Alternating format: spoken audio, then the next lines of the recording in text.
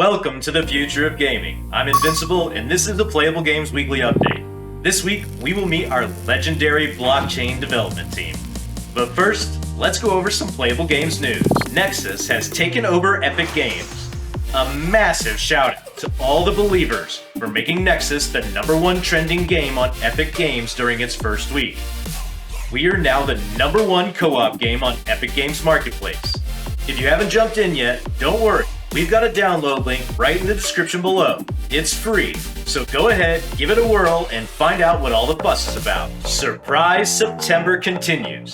This week's competition with $15,000 in cash prizes up for grabs is almost over. You can keep up with the competition by watching the streams we post in our Discord, as well as keeping an eye out on the global leaderboards.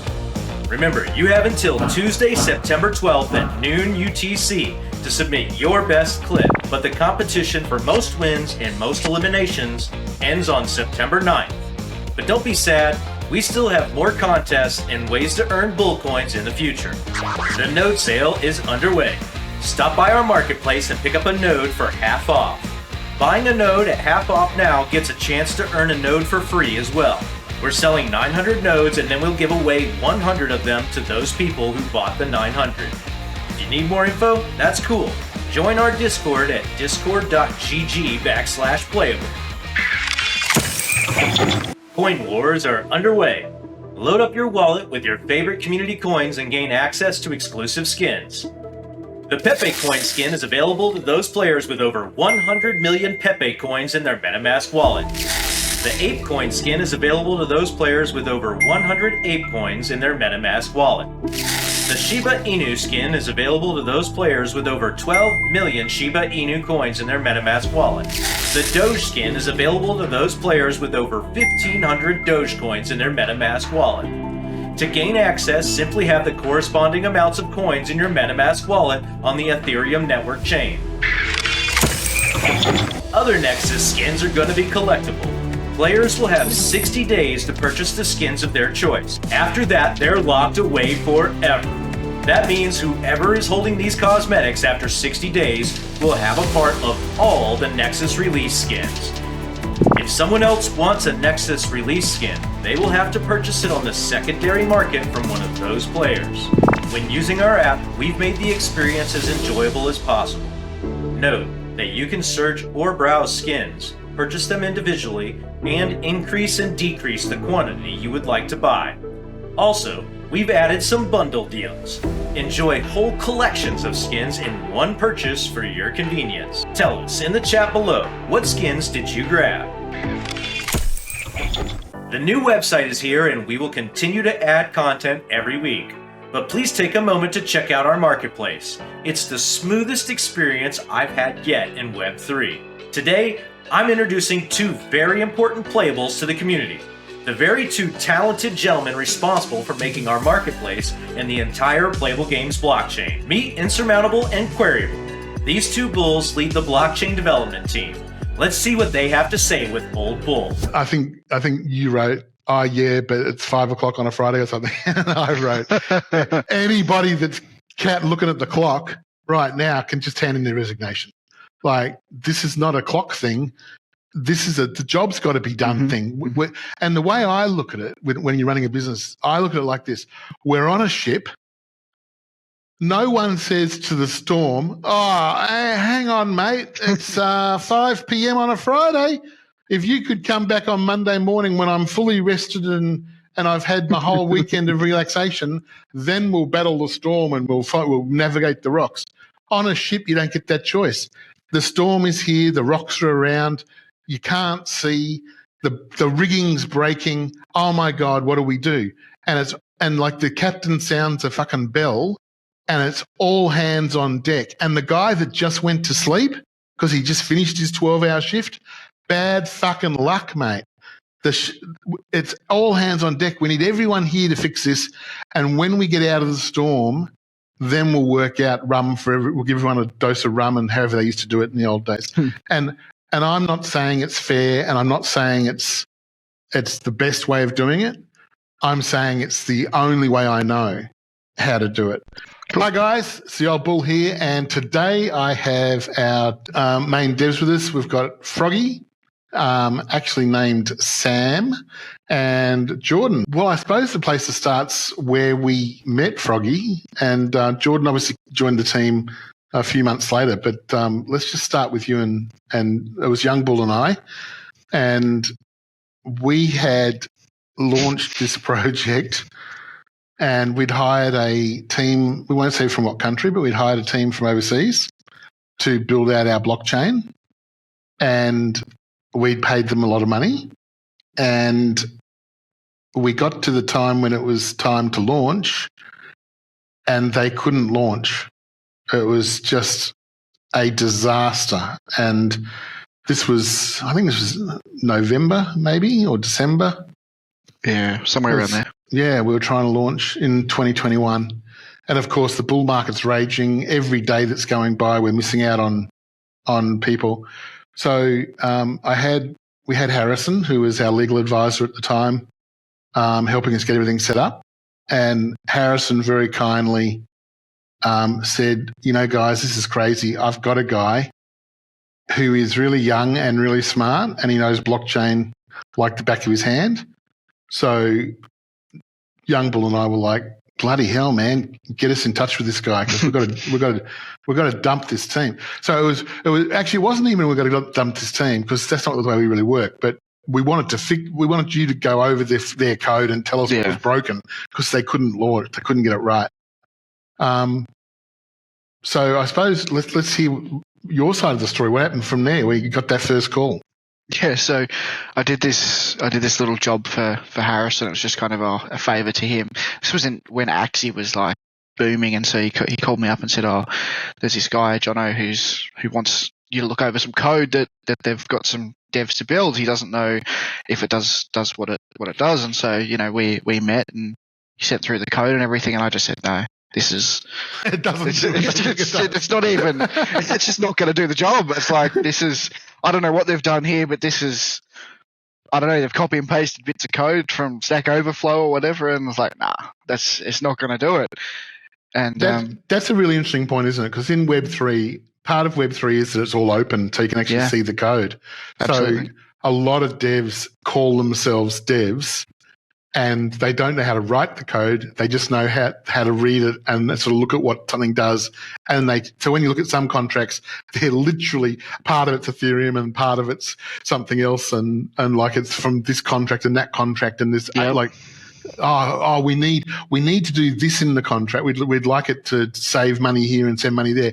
Oh, well, let's find the contract that had that written. And so rather than write it themselves, they just cut and paste it, which can work, but like every program, when you start, like we know with game development, when you start doing that, people that build games out of all mods you download off the Unreal Engine, those games don't work because they don't join together properly.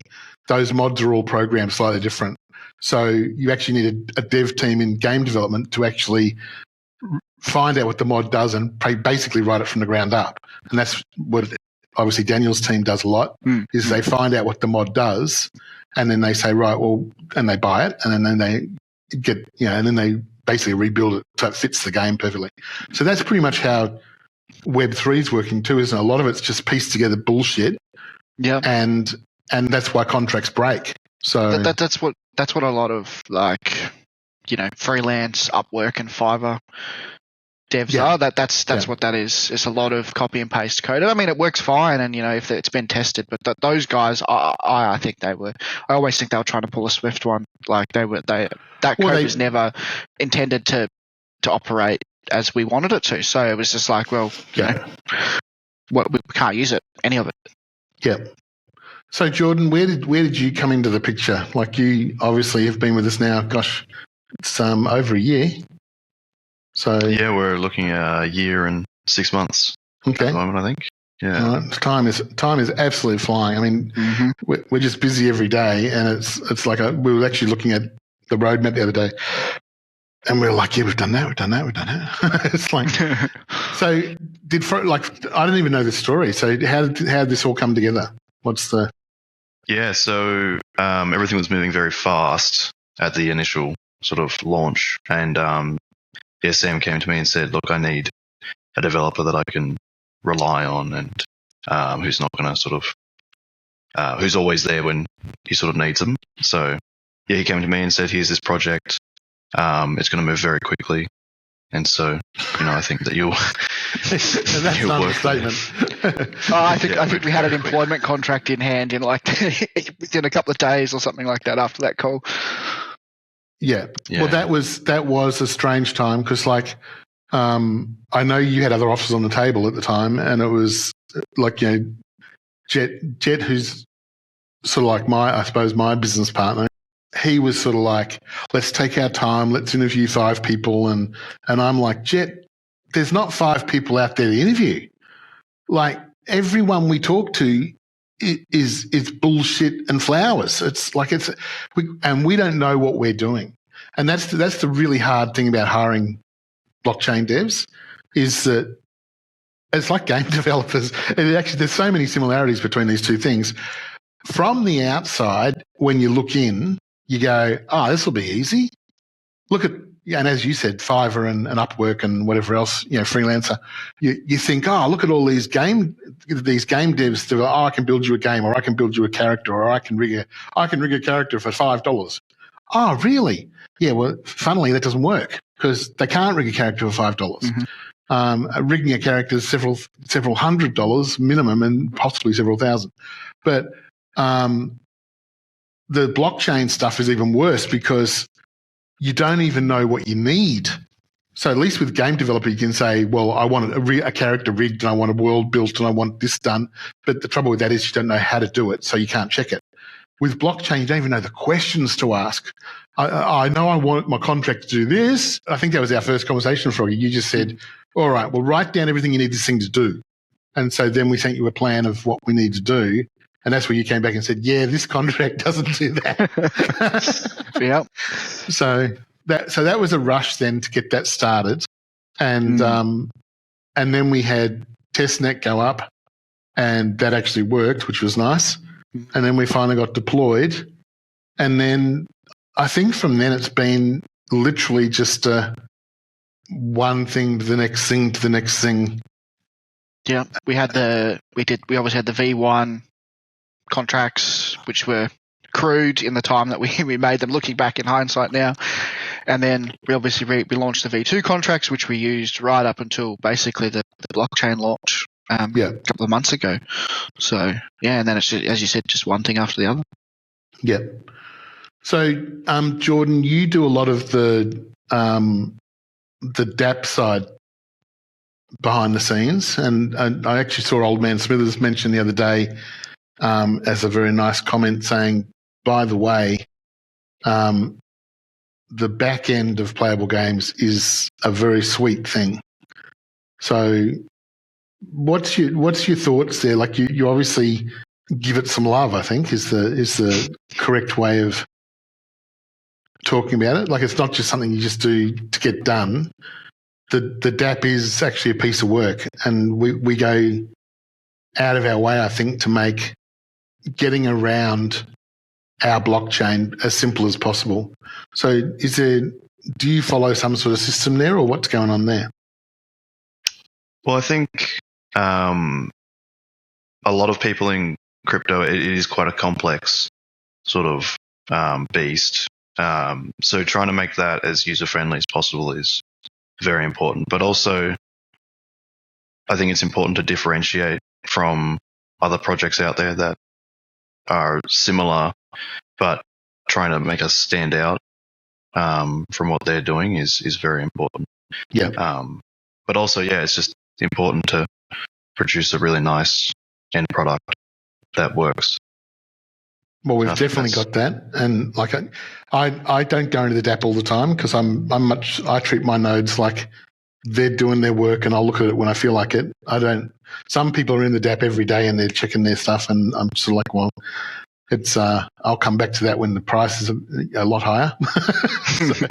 But I went into the DApp obviously the other day just to have a look around because we were doing the new launch with the game and everything, and I wanted to buy some NFT. I actually bought another bull NFT. Yeah, it's sweet. Like, it's really, really nice to get around, and it feels there's no clunkiness to it. Often in Web3 stuff, there's clunkiness between things, and so yeah, you guys have nailed that. So when we talk about Web3 gaming, obviously this is a position we've taken as a company to be in this particular field. What attracted you guys to Web3 gaming? Like, why throw your hat in the ring with a Web3 gaming company? Interesting question. I haven't really thought about it in depth before. I mean, I think it was just a natural progression, really. Like, I've always been a gamer for a long time. I took a break there for a while when I was focusing on my earlier part of the career, and then I started gaming again. I thought, oh, this is amazing, and I've always had a love for software development, so I guess it just eventually married up, and blockchain as a concept and Web3 as at a conceptual level, from my perspective, is amazing, and what it's trying to achieve is awesome, and I think it all just kind of married up and just organically kind of fell into place. Yeah. Like, the way Mum raised me was, that's not how you treat people. So in a relationship side, the way I've been raised is fantastic, and that's why I have a great relationship with my wife, have a good relationship with my kids. It's like, when you treat people the way you want to be treated, and you try to find out what their needs and wants are, and then try to give them those needs and wants, and then there's a communication that goes backwards and forwards between that develops good relationship, and you can actually build on that. And Froggy singing, hang on a chicken, I don't know if I agree with all this. You're a right sometimes. And like, I know I am, and that's part of my management style. My management style is very simple, and that is that I tell you, I call a spade, and when I'm angry, you'll know I'm angry. There's no passive aggressive stuff with me. It's like, you'll know when I'm angry, and you should also know that doesn't come with you're terminated. That we're a family business. Jet and I get angry at each other all the time, but that ends up with hugs and kisses at the end after we've moved through what the problem was. And sometimes the best way, sometimes it's not, but sometimes the best way to get through stuff is to shout and yell and get it all out in the open, so all the pieces are on the table and we can see all the pieces. And then you sort through the pieces and work it out. And I know, Froggy, you and I have had a couple of times where my management style's been uncomfortable for you. We'll use that word. Yeah. So, but at the end of the day, what I take out of that is it's better how I feel. Like, I know there was a time recently where there was something put in one of the posts. We were launching something, there was a mistake in it, and I wrote back. I think you wrote, "Oh yeah, but it's 5 o'clock on a Friday or something." And I wrote, "Anybody that's looking at the clock right now can just hand in their resignation. Like, this is not a clock thing. This is the job's got to be done thing." And the way I look at it, when you're running a business, I look at it like this: we're on a ship. No one says to the storm, "Oh, hey, hang on, mate. It's 5 p.m. on a Friday. If you could come back on Monday morning when I'm fully rested and I've had my whole weekend of relaxation, then we'll battle the storm and we'll navigate the rocks." On a ship, you don't get that choice. The storm is here. The rocks are around. You can't see. The rigging's breaking. Oh my God, what do we do? And like, the captain sounds a fucking bell, and it's all hands on deck. And the guy that just went to sleep because he just finished his 12-hour shift, bad fucking luck, mate. It's all hands on deck. We need everyone here to fix this. And when we get out of the storm, then we'll work out we'll give everyone a dose of rum, and however they used to do it in the old days. And I'm not saying it's fair, and I'm not saying it's the best way of doing it. I'm saying it's the only way I know how to do it. And I'm a big believer that once you're out of the storm, then take 2 or 3 days off. Go do what you have to do and whatever. So, Jordan, what do you think when you think about blockchain gaming? What excites you about it? I think obviously digital ownership. You own your skins in the game. Nexus, you own the path to that skin. It's different to the sort of current market where you go and buy a microtransaction from, Overwatch or Diablo, and then a couple of years later, and it doesn't matter what you say, but in a few years, if those servers shut off, that's gone. Whereas with blockchain, it's on the blockchain, so anybody can then come and see that you own that asset, and they can incorporate that into their game, and breathe new life into an old thing. It's really, really good, that type of stuff. Yeah. Well, we're looking at a whole bunch of stuff with that. One of the things we're looking at is, do we actually save all the actual source code for the NFT, like the actual Unreal Engine piece of code for that NFT? So it's actually put on the blockchain, stored, so in the future it can be used in another game. So it's actually fully programmed and rigged, and so we're looking at all that. There's a whole bunch of stuff that is in the back of my mind there with how we can actually add more value to this, that other games, you can see what we're doing with the Coin Wars stuff. Like, the whole idea of that is to allow people that have nothing to do with Nexus or Playable Games, but hey, I do have 100 million SHIB, just sitting there holding because it's worth nothing right now, but it will be next bull run. Hey, I could play a game with that. We thought that was Jet's idea, I think it's an absolute cracker. That, because we look at our wallets every now and then and we're like, that's got a long time. That's got a long way to go. That's got a long way to go. And we were thinking, what could we do to get there? All right. So what excites you about the future of blockchain, like where we're heading and what's coming? For me, that would be getting to a point where you don't notice that it's a blockchain. That's going to be the big thing, and that's something that Jordan and I talk about nearly every day, especially with the Nexus launch. Since Nexus has come out, we've been talking about it pretty much every day. How can we make the user experience so you don't know the blockchain exists? Because in reality, the crypto bros, they're fine with the complex kind of way to access the blockchain, purchase an NFT. Yeah. But in reality, you want to appeal to mass market, you need to bring that user experience back to Web2. And so we're looking at how can you make the amazing concept that is blockchain and digital ownership and decentralization, how can you provide those benefits with the user experience?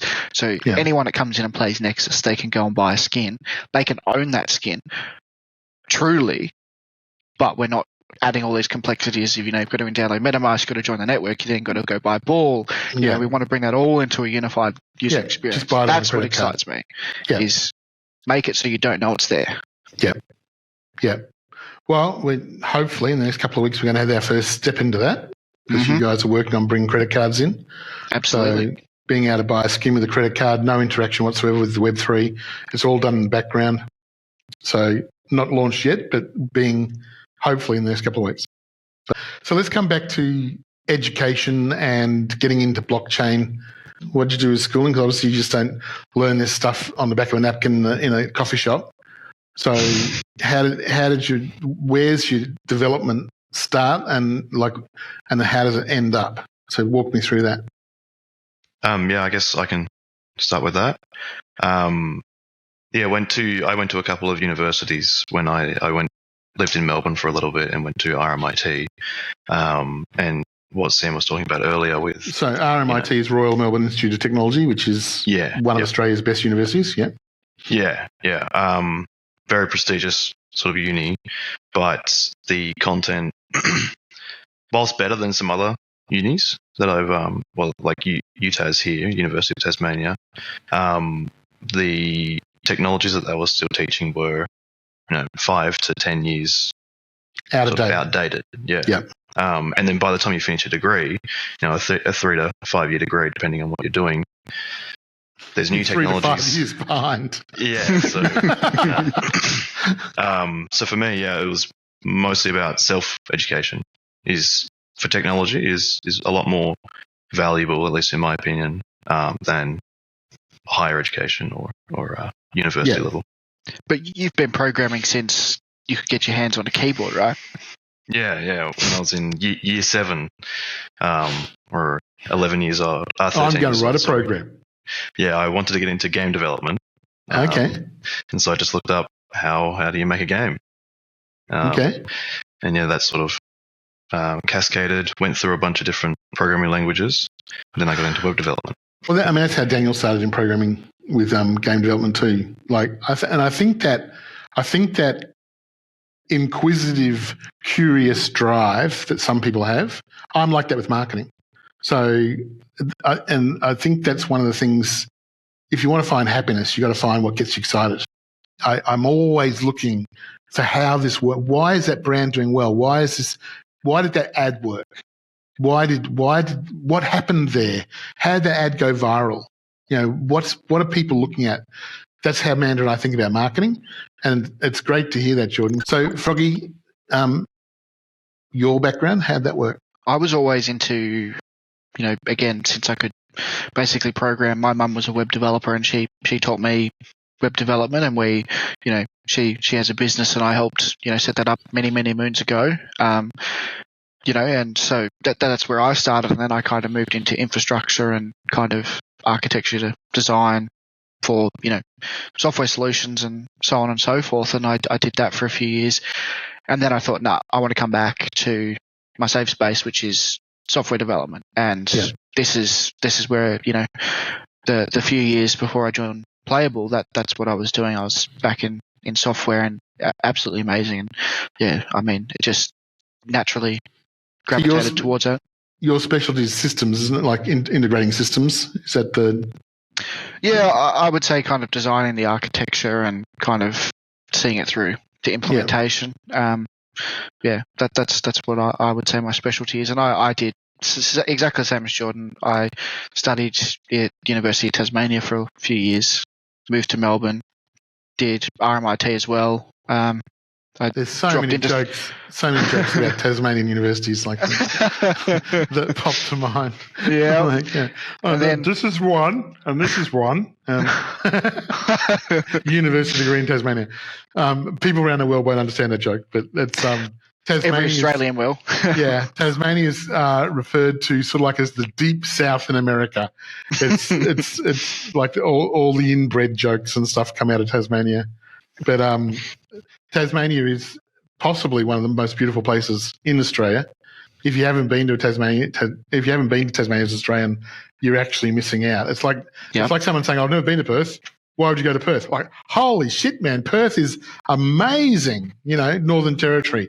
Like you've got to see your own country if you're an Australian. But Amanda and I went to Tasmania, and it blew us away. How fucking cold it is on top of that mountain outside Hobart. But I think we went down to April. So it was interesting because I went to Swinburne first for 6 to 12 months. I can't even remember, and I was like, this is not much more than what I was learning at UTAS, and it was outdated content from the real world. And I said, okay, well, I'm going to go to, I'll try RMIT, the prestigious university, and again, for the stuff that I was wanting to do at the time, it's just outdated. And so it's all basically like they teach you good conceptual stuff, and they give you the academia background, which is great for writing reports and proposals and all of that stuff. But when it comes to implementing solutions and designing and building stuff, it's not. The content's just not there, and it's all self-taught. And especially in blockchain, it is emerging tech, right? It's not something you can just go to a professor and say, how do I do this? Or sometimes Google or ChatGPT or all of those resources don't have the information that you're after, because it's where we're so on the bleeding edge. Being on when you're actually out in the real world doing real world applications, your university degree becomes a framework to use to understand how to get the answer. So, I mean, my mum said that about psychology. She said, I went through my whole psychology degree, and then you become a psychologist, and your first time you're sitting in front of someone, you're going, how can I be the one giving all the advice here? Like, I know nothing. And she said it wasn't until she was like 10 years into a practice where she'd been practicing psychology that she felt she actually understood people. But the degree was the framework, and you need that education to know how to think. And the education gives you the frameworks on how to store the information and access it. And so all right, I got some questions here. If you were explaining blockchain technology to a 9-year-old, how would you explain it? We don't know what big tech are doing, or government, or anyone. Blockchain allows everybody to maintain a copy, of every transaction, of every action that ever happened. And anyone can look at that and audit it and look at what happened. Smart contracts are the backbone of that as well. You write some code, it does what you want it to do, and it will always do that. There is no manipulating that. There is no changing that. Once it's written, it's on the blockchain. You can't change it. So if you want to deposit $10 into a, let's call it an interest bank account, and it's going to, print you some interest back for that, you can do that, and it will always do that. It always runs programmed. So with our blockchain, with our nodes, for example, we're making a technical promise that is actually unchangeable. So the blockchain's been launched, and if you buy a node, there's a set of code, a smart contract written that releases a set amount of coins every day. Come hail, come shine, cyclone, whatever, the contract. And I thought that was really interesting when we changed the contract. Everyone was really, like, our community was quite scared about, how will I know how many I had? And how will you know? And like, and you guys just replied, guys, it's in the blockchain. We just literally put a date, and then we just put execute, and it just executes a new contract off the end of the old one. So it was perfect, and no one lost any. Not even one bull was lost. We knew exactly where everything was. So no, I absolutely love that. How do you think the gaming industry is going to change over the next several years with blockchain becoming, like, we know it's coming into all gaming. We know that Steam's working on it. We know that Epic Games is working on it. Like all companies, Sony's just bought a blockchain company. So all companies in the background are working on it. In the foreground, they're saying, Epic's been really supportive, obviously, but other companies have said, we're not going to have anything to do with blockchain. And yet they're actually doing stuff with blockchain in the background. How is NFTs and blockchain going to change gaming over the next 5 years or so? I think I'd refer to Jordan's point with ownership, digital ownership, and interoperability. So you own your asset. A game, let's just say in 10 years' time, Nexus is not a game anymore. I hope that's not the case, but, let's 10 years it might not be, but and people have got all these skins. They can use them in other games. It's just up to the game developer to say, well, they've got these, let's do our own implementation of that. So what difference does having the Playable Games blockchains, the Bull blockchain, make to Playable Games over other companies? Yeah, so having our own blockchain means all the transactions that are running on that are running in our sort of ecosystem. We don't have to worry about, Axie Infinity, like you said before, or I think it was Krabata was running a lot of transactions on the Avalanche blockchain, which pushed up gas fees and slowed down transactions. Yeah, that's a really good point. Yeah, we've got it all on. Anyone who remembers the NFT craze, holy shit. Jet and I got caught one time. We were buying, so we had this 6-month period, which was just nuts. And we were buying like $20,000 worth of NFTs at 6 a.m. or 3 a.m. We were getting up at 3 a.m. because it was American time when they were launching. They were very inconsiderate to Australians. And so we'd be up at 3 a.m. We'd buy $20,000 worth of NFTs at 3 a.m. And then within sometimes 5 hours, we were putting them back up on we'd wait for the rarity schedule to drop, and we'd cross our fingers hoping we'd landed something rare. And when we did, we'd be selling that for like, I think, several $1,000s. So you're paying a couple $100 for it and you're selling it for several $1,000s, literally 5 hours or a day later or 2 days later or whatever. So as we got better at this, we ended up with money in our account, like on our MetaMask, and a lot of money. And then some numpty launched some massive project and we were in it and everyone bought at once and our gas fee was $1,350. And it went through because the money was in the account. So we got that NFT. We lost money on that NFT because the gas fee was $1,350. But that was just our first real, oh my God, what happened? Like we just watched the account. Like, we had $10,000 or $12,000 in that account at that particular time. And it just got that $1,300 just dropped out of the account. We're like, what happened to that? So by having our own chain, we don't have gas fee issues. So we have our own, we can obviously control how much we charge for gas fees. And we can obviously know how big our network has to be to keep the gas fees level. We also don't have the slowdown issues, do we? So we can build the chain out to be as big and broad as we need to keep the speed right. And obviously Avalanche is brilliant using the subnet. So fantastic. Can you explain in a nutshell, like some people don't understand, hey, you say you've got your own chain, but you've built on Avalanche subnet. Can you explain what that means? Yeah, so Avalanche as an ecosystem is what we would refer to as a layer 0. It's the technology, right? And they have a network that runs all the networks.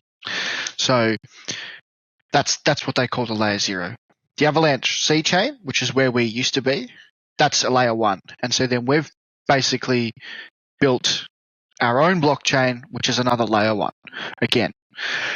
So Avalanche runs the technology that we use, and we basically just sit there beside all the other subnets and Avalanche, and there's 20 subnets at the moment, isn't there? So there's the main. Yeah, something I'd have to check, but there's not that many like production to subnets yet, because everyone's building, right? And we're one of the first to to join that rank, and that's Avalab's has been fantastic in supporting us through that, Chainstack and all their other kind of partners. But Avalanche provides the underlying technology. Yep. They maintain it, they patch it, and we basically just have our validator network run the network. Yep. So we get all of the security and all of the benefits that come with, running on Avalanche and using their technology, rather than, some other blockchains that are running their own tech, or even, a fork of Ethereum, for example. They're still got to maintain it and patch it themselves. Well, that was when we talked about this originally. That was my biggest concern. Is I don't want you guys to be responsible for security for all of our people. Like, we end up with 500,000 players over the next couple of years.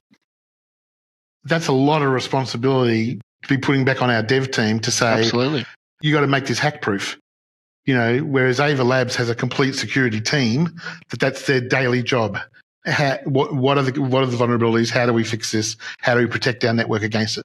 So by using the Ava Labs subnet, we get access to that security, and then we build our chain on top of that technology. And so when they update their security, our security is updated exactly the same time. And I think for me, that was the big selling point when you brought that to me and said, Jono, rather than us try and build a blockchain from scratch, where we're not really bringing any nothing new, we're not innovating something. So like when Cardano built Cardano, they innovated the layer 0. They said, okay, we're going to change how layer 0 works. They're going to put it in the way they do it. And we're not doing that. We're just using something that's already been developed, but we do want to have total control over it. And so by having total control, that allows us all those freedoms that Jordan was just talking about. We can maintain speed, we can maintain reliability, we can maintain uptime. We're not going to be suddenly massive gas fees jumping up because another project launched, or absolutely. So. And I think, some people would question, oh, why would we pick a Ethereum-based chain, right? And I know that there are other GameFi projects that have suggested that EVM is not the right solution because there's no innovation there. For us, we're NFTs, we're coins, right? It's perfect. It is, it's been battle tested for several years by Ethereum. Exactly. Avalanche has a security, and our innovation that we're building is going to come from our masternode network, our gaming network, which is going to be separate to our Avalanche blockchain. So we have all the security when it comes to people's money, and then when it comes to the really cool innovation, that's going to come from our masternode network, which we're still building at the moment. But well, guys, it's like Froggy from the beginning. It's been a journey, to say the least. Yeah. We're a long way from finish, but we're certainly a long way from start as well. And when I look back at what we've achieved, it's there's been some really tough times there where we've had things go wrong, and then you guys have pulled through and like. I really like the analogy of the ship. I think the ship's the best analogy you can ever come up with a company. That there's hundreds of people on board doing hundreds of jobs. There's 12 officers, and there's a captain, and the captain gets all the credit. So everyone tells me, "Oh, well done! You're the founder, and well, one of 4 founders, but I'm the face of the company, so I get all this." Accolade of what Playable Games is doing. But the truth is the captain just shouts orders from the bridge, and everyone else executes those orders. So, the fact that we have a blockchain that works every day is because of you guys. The fact that we have one of the best dApps out there to interface is because of you guys. The fact that our website is looking clean and works every time and loads up is because of you guys. So as the captain of the ship, I'd like to say thanks. And it does mean a lot to me to know that when I'm storming around on the bridge, stomping my feet and yelling, there's people downstairs who know how to do things and get things done. And that means the ship's safe. You got to be able to get the crew to do the job they do. And, when it comes to blockchain, as we said earlier, this thing started out of a disaster where the team we'd hired just couldn't do it. They couldn't actually build the thing that they said they could do. And when I look at that shaky beginning to where we are now, where people are actually looking at what we've done and they're going, holy shit, that's actually pretty impressive. And that fills me with pride. And obviously the tech stuff all comes back to you guys. Let's give 3 cheers to our successful blockchain dev team. Huzzah! Legends. Together, we're unstoppable. Remember to represent your favorite gaming studio by acquiring merch at playablegames.store. We've got hats, hoodies, shirts, and more. You can trade Bullcoin on Trader Joe, LBank, Mexi, and Bitmart. CoinMarketCap currently shows the price at 0.001 or 1/10 of a penny. The market cap is currently $6 million. I hope you all learned something this week during our recap. And if you did, please hit the like button to help YouTube share it with other likely viewers. Subscribe for more Playable Games content and hit that bell for notifications. Thanks for watching. I'm Bruno, aka Invincible, and I'll see you all again next week.